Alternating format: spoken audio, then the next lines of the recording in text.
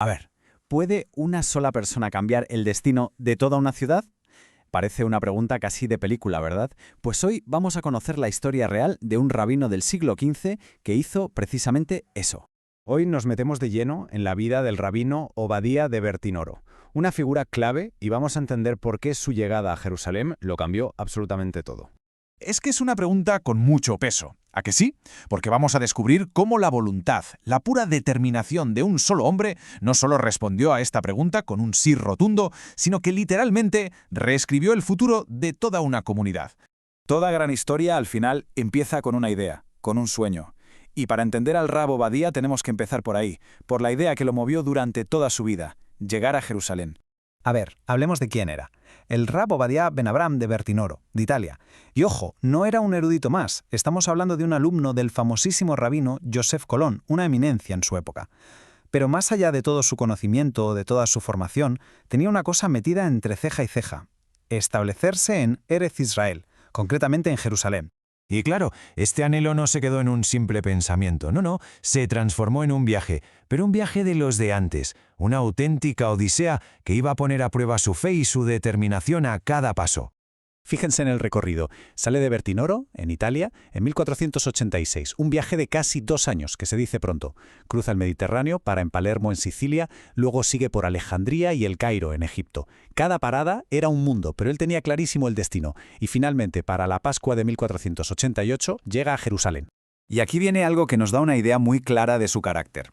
Es que, tanto en Palermo como en El Cairo, que eran comunidades judías importantes y con recursos, le ofrecieron quedarse. Le dijeron: «Quédate aquí, sé nuestro líder». ¿Y qué hizo él? Dijo que no, porque su objetivo, su norte, era uno y solo uno: Jerusalén.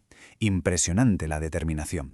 Claro, después de 2 años de viaje, con esa meta en la mente, uno se imagina la llegada como algo glorioso, pues nada más lejos de la realidad. Lo que se encontró al llegar a Jerusalén no tenía nada que ver con sus sueños. Fue, la verdad, un golpe durísimo. 70. Solo 70 familias. Pensemos un momento en esa cifra.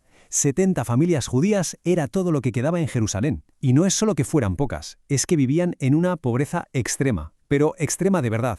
Es que no hay que imaginarlo, lo escribió él mismo. En una de sus cartas dejó esta frase: «Aquellos que tienen pan para toda una semana son considerados ricos». Brutal. Nos da una idea del nivel de miseria.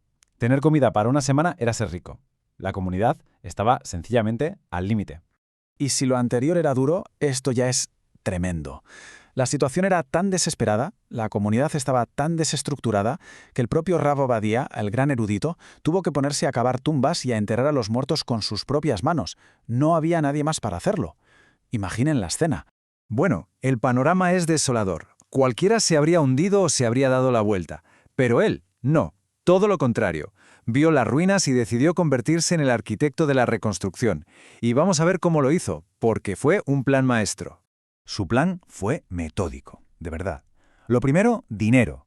Movió todos sus contactos en Italia para recaudar fondos y ayudar a los más pobres. Punto 2, organización. Creó instituciones de caridad, de ayuda médica, lo básico para que una comunidad funcione. Tercero, y esto es clave, se enfrentó al gran problema: un impuesto anual que los estaba ahogando. Y por último, tuvo la visión de futuro para acoger a los judíos que poco después serían expulsados de España. Un líder con todas las letras. 400 ducados. A lo mejor hoy no nos dice mucho, pero para esa pequeña y empobrecida comunidad era una losa, una cantidad imposible de pagar cada año que los tenía totalmente asfixiados. Pues bien, el Rab Obadía negoció y consiguió eliminar ese impuesto. Una victoria, importantísima. Y entonces llega 1492, la expulsión de España. Lo que podría haber sido el colapso definitivo para una comunidad tan frágil se convierte, gracias a su gestión, en una oportunidad.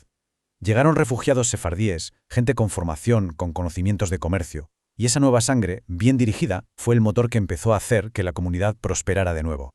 Y lo que hizo no fue un parche temporal, no fue una simple ayuda. Lo que construyó fueron cimientos sólidos, un legado que iba a durar por los siglos de los siglos. Y aquí llega el momento cumbre de la historia. En agradecimiento por todo lo que había hecho, los exiliados españoles le hicieron el mejor regalo posible. Fundaron una yeshivá, una academia rabínica, para él. Pero atención, no era una más. Era la primera yeshivá que se abría en Jerusalén en más de 1200 años. Le devolvió a la ciudad su alma, su condición de corazón del estudio de la Torá. El antes y el después es que es brutal. Miren la diferencia. Pasamos de 70 familias empobrecidas a una comunidad que crece y prospera. De estar aplastados por los impuestos a una economía que revive. Y de ser un desierto espiritual a convertirse, de nuevo, en el corazón del estudio de la Torá. La transformación es total. Y por si fuera poco, su legado no fue solo social o económico, también fue intelectual. Escribió un comentario sobre la Misná que se hizo famosísimo. ¿Por qué? Bueno, a diferencia del gran Maimónides, que había escrito el suyo en árabe, Bertinoro lo hizo en hebreo. Esto lo hizo súper accesible para muchísima más gente. Se convirtió, en el texto de referencia durante siglos. Sus restos descansan en el Monte de los Olivos desde 1515.